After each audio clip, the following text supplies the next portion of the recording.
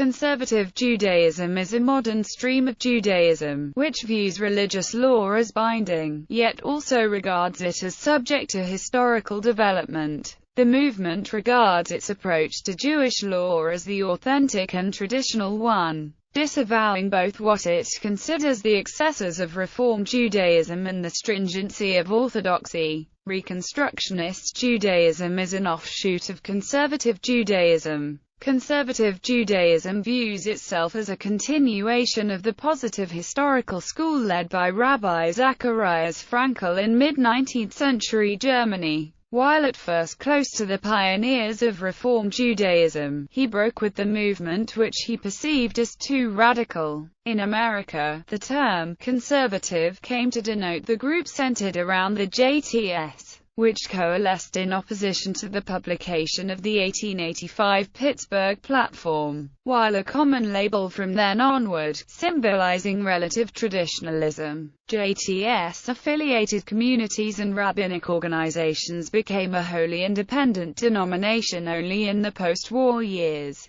after a long process of separation from the moderate, Americanized wing of Orthodox Judaism. In many countries outside the United States and Canada, including Israel, Germany and the UK, it is today known as Masorti movement. In the United States and Canada, the term conservative, as applied, does not always indicate that a congregation is affiliated with the United Synagogue of Conservative Judaism, the movement's central institution and the one to which the term, without qualifier, usually refers. Rather, it is sometimes employed by unaffiliated Ashkenazi groups to indicate a range of beliefs and practices more liberal than is affirmed by the Orthodox, or modern Orthodox, and more traditional than the more liberal Reform and Reconstructionist Judaism. In Canada, several congregations belong to the Canadian Council of Conservative Synagogues instead of the United Synagogue. The moniker conservadox is sometimes employed to refer to the right wing of the conservative spectrum, although traditional is used as well. Both conservative, Masorti and Reform, liberal rabbinical assemblies are installing women in highest leadership assignments and ordain female, as well as male, rabbis. Organizational structure. The conservative Masorti movement is unified on a global level by Masorti Ollman, representing affiliated congregations in the Americas, Europe, Africa, Asia, and Australia. Masorti Ollman unites a number of smaller national and regional organizations, including the United Synagogue of Conservative Judaism in the United States and Canada, the Assembly of Masorti Synagogues in the United Kingdom, Masorti Europe in Europe, Masorti Amlit in Latin America. The International Association of Conservative Masorti Rabbis is known as the Rabbinical Assembly. The Cantors Assembly is the organization of Chazanim.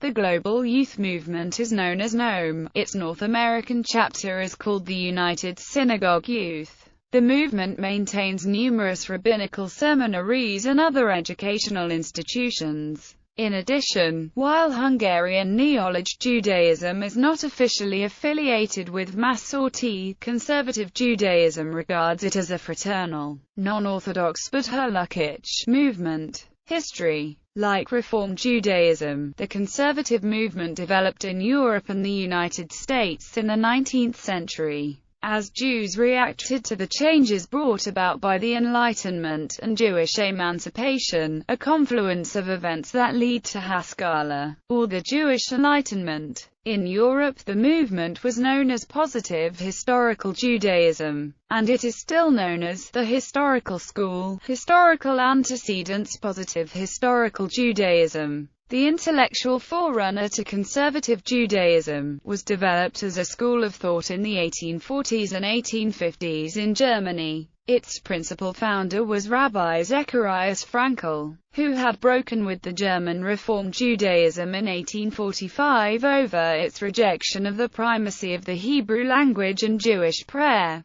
In 1854, Frankl became the head of the Jewish Theological Seminary of Breslau, then in Kingdom of Prussia. At the seminary, Frankl taught that Jewish law was not static, but rather has always developed in response to changing conditions. He called his approach towards Judaism positive historical, which meant that one should have a positive attitude towards accepting Jewish law and tradition as normative, yet one should be open to developing the law in the same fashion that it has always historically developed. On the one hand, Frankl rejected the innovations of Reform Judaism as insufficiently based in Jewish history and communal practice. On the other hand, by using of modern methods of historical scholarship to develop rabbinic law, Frankl differed with Neo-Orthodox Judaism, which was concurrently emerging under Samson Raphael Hirsch. United States. The differences between the more modern and traditional branches of American Judaism came to a head in 1883, at the Treffer Banquet, at the Highland House Entertainment Pavilion, which was at the top of the Mount Adams Incline, where shellfish and other non-kosher dishes were served at the celebration of the first graduating class of Hebrew Union College in Cincinnati. The adoption of the radical Pittsburgh Platform in 1885, which dismissed observance of the ritual commandments and Jewish peoplehood as anachronistic, created a permanent wedge between the Reform movement and more traditional American Jews.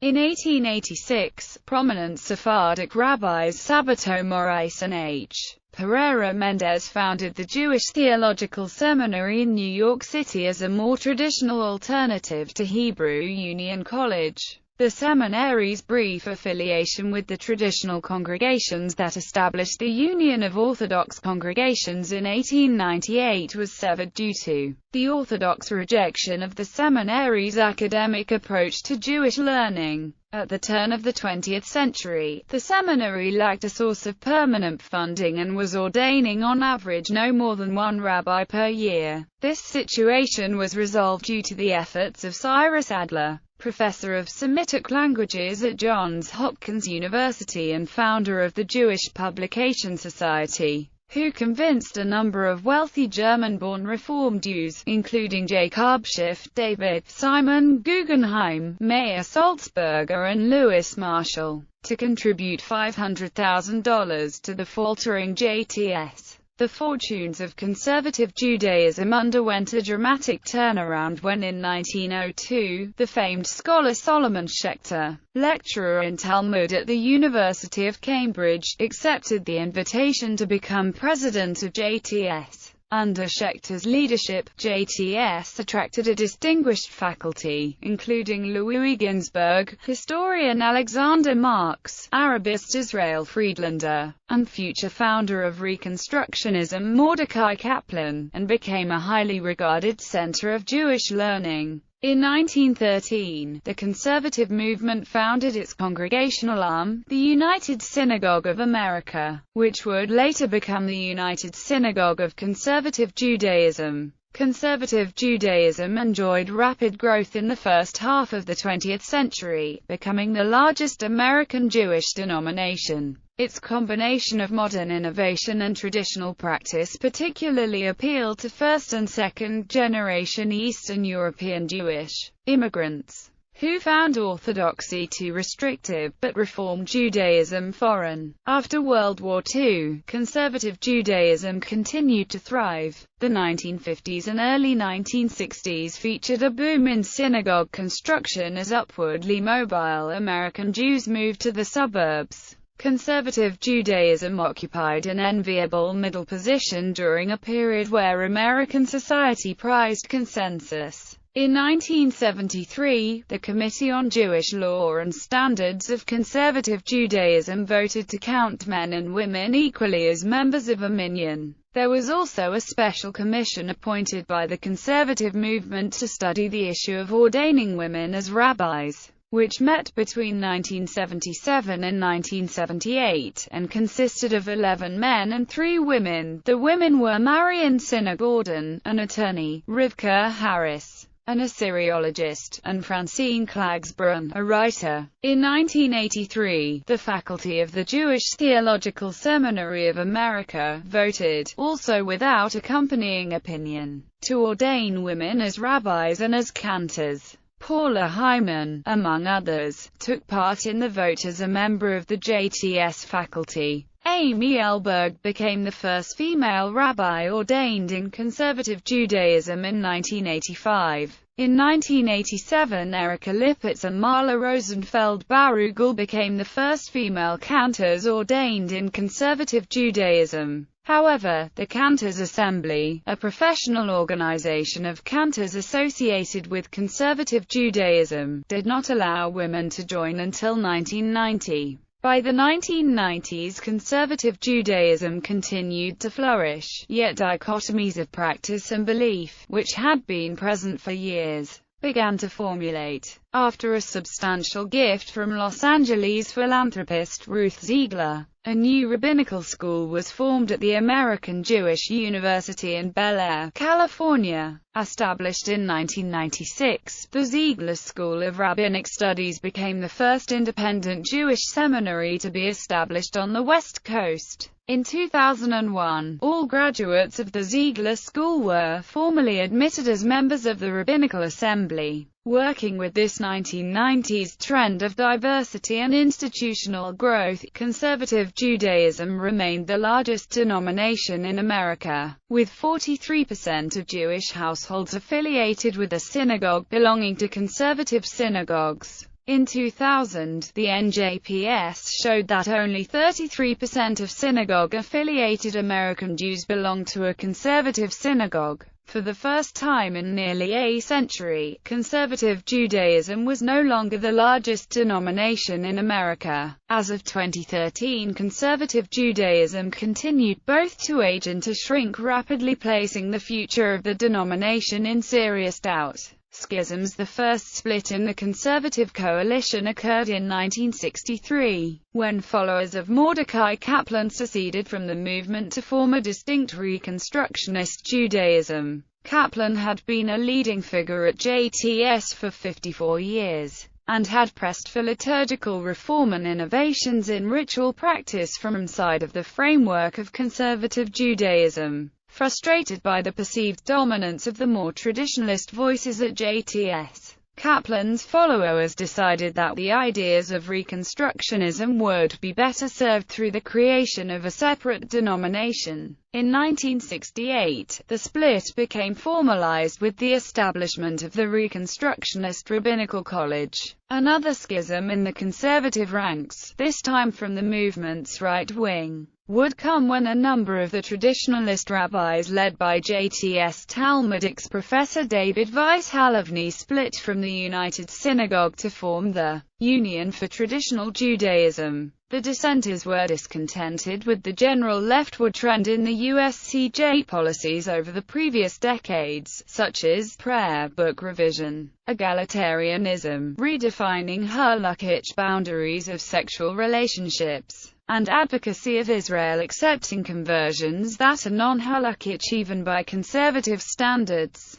And the Union suggests that the conservative movement thus appears to endorse the notion that changing societal norms can supersede the proper application of halakhic sources. The Union today describes itself as trans-denominational, and maintains a rabbinical seminary, the Institute of Traditional Judaism. United Kingdom. The Masorti movement did not establish a presence in the United Kingdom until much later and came about largely because of a series of incidents known collectively as the Jacobs Affair. Rabbi Louis Jacobs, a leading scholar of Anglo-Jewry, joined the faculty of the Jews College, leaving his post as rabbi of the New West End Synagogue, under the impression that he would eventually be made principal. However, in 1962 the London Beth Din and the chief rabbi Israel Brody, who formed the leadership of the United Synagogue, The UK's Orthodox establishment refused to allow his appointment on grounds of heresy because in his 1957 book We Have Reason to Believe,